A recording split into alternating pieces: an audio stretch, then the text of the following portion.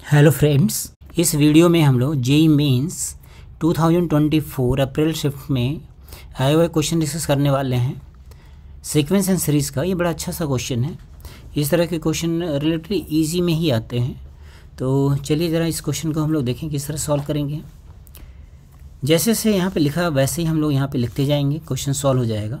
First three terms to P and Q of a GP, ये GP के first three terms हैं, है ना।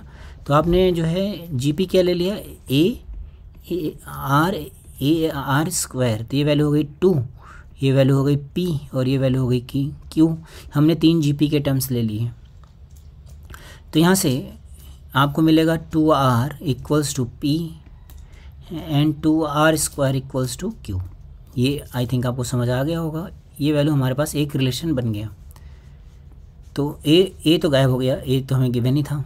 Then with the respectively 2pq क्या है, 7th 8th and 13th term था ऑफ एन एपी। तो मैंने सपोज किया let first term is B and common difference is D of A P, है ना। ए पी का हमने फर्स्ट टर्म कॉमन डिफरेंस ले लिया।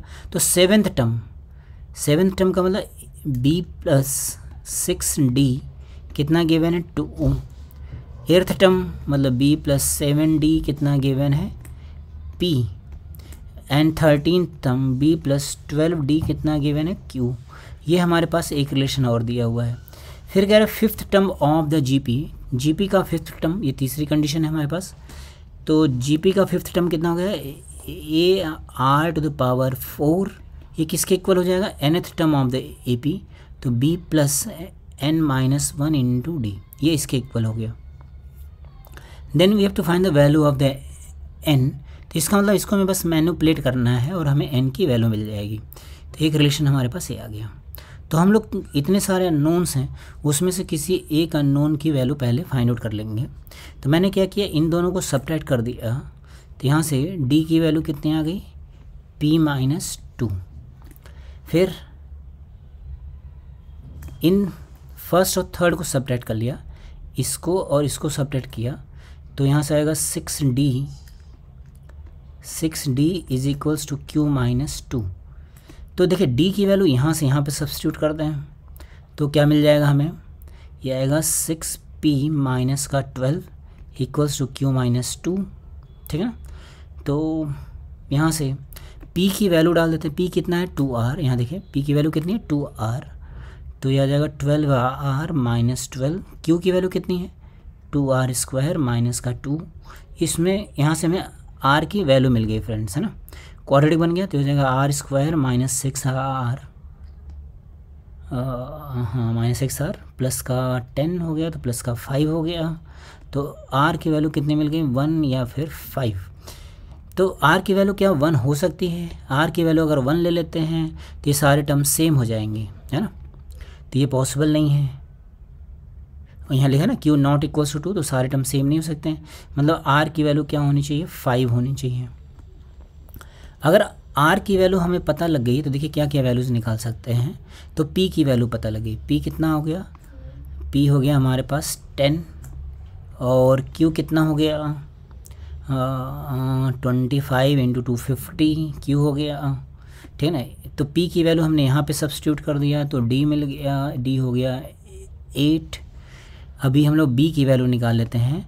तो b की वैल्यू यहाँ से देखिए 2 और ये 6d है, तो b की वैल्यू आ गई 2 माइनस 48 मतलब माइनस का 46, ये हो गई b की वैल्यू। तो बाकी सब तो हमें पता ही है ना। तो ये सारी वैल्यूज़ हमने यहाँ पे सब्स्टिट्यूट कर दिया। तो ये वैल्यूज़ लिखेंगे तो a तो कितना था 2, r की वैल्यू है 5, तो हो जाएगा 5 टू द पावर 4, b की value minus 46 plus n minus 1 into common difference कितना हो गया 8। ये तो 2 से डिविजिबल है तो पहले 2 से डिवाइड कर लेते हैं। तो हो जाएगा 625 plus 23 equals to n minus 1 into 4।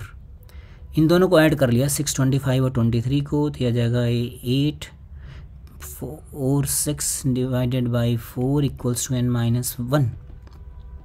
तो यहाँ से n माइनस 1 की वैल्यू कितनी आ गई, इसको डिवाइड कर दीजिए।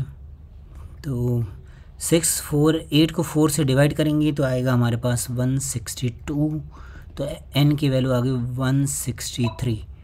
यही आंसर हो गया फ्रेंड। तो चलिए ज़रा ऑप्शन मैच करके देखें, तो इसका ये डी ऑप्शन करेक्ट हो गया फ्रेंड्स, है ना। तो ये भी देखिए इजी सा क्वेश्चन है, देखने में आपको हो सकता है कि डर लगे, बट इस तरह के क्वेश्चंस को ऐसे लिखते जाते हैं और सॉल्व कर लेते हैं।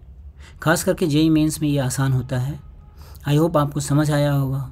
Okay, thank you friends.